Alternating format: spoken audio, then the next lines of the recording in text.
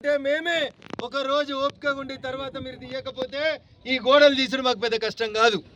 అయ్యా ప్రైవేట్ వ్యక్తులు ఎవరైతే ప్రభుత్వాన్ని మేనేజ్ చేసి పట్టాలు తెచ్చుకున్నారో ఈ 85 ఎకరాల బిలా దాఖలు భూములు వెలిమెల తాండాకు సంబంధించి శంకర్పల్లి మండలం కొండకల్ తాండాకు సంబంధించి గిరిజనులు పేద రైతులు సాగు చేసుకుంటున్న భూములకి ఇచ్చిన దొంగ పట్టాలన్నింటిని కూడా రద్దు చేయాలి. చేయని పక్షంలో ఖచ్చితంగా ఈ పోరాటాన్ని ముందుకు తీసుకుపోతాం. యాందాకైనా ఈ గరీబుల పక్షాన నిలబడతా అని చెప్పి స్థానిక ఎంపీగా నా పార్లమెంట్ పరిధిలో ఇట్లా బౌన్సర్లు వచ్చి గుండాలు వచ్చి గోడలు కడుతుంటే చూడలేక పేదోళ్ళ పక్షాన్ని ఇక్కడికి వచ్చినాం. సిన్సియర్గా అడుగుతా ఉన్నాం. జిల్లా కలెక్టర్ గారు, జిల్లా ఎస్పీ గారు ఇద్దరు రావాలి. వచ్చేంత వరదాకా మా ఈ దీక్షను ఇక్కడే కంటిన్యూ చేస్తాం. ఖచ్చితంగా అవసరమైతే వంట వార్పు చేస్తాం. ఎన్ని రోజులైనా ఉంటాం. మీరు తీయకపోతే ఎట్లా రాత్రిపూట చీకట్ల కట్టిర్రో అట్లా రాత్రిపూట చీకట్ల ఈ గోడలు తీసేందుకు కూడా మాకేం పెద్ద కష్టం కాదని చెప్పి ఈ సందర్భంగా రాష్ట్ర ప్రభుత్వాన్ని హెచ్చరిస్తా ఉన్నాం.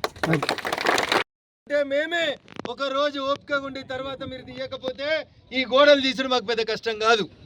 అయ్యా ప్రైవేట్ వ్యక్తులు ఎవరైతే ప్రభుత్వాన్ని మేనేజ్ చేసి పట్టాలు తెచ్చుకున్నారో ఈ 85 ఎకరాల బిలా దాఖలు భూములు వెలిమెల తాండాకు సంబంధించి శంకర్పల్లి మండలం కొండకల్ తాండాకు సంబంధించి గిరిజనులు పేద రైతులు సాగు చేసుకుంటున్న భూములకి ఇచ్చిన దొంగ పట్టాలన్నింటిని కూడా రద్దు చేయాలి.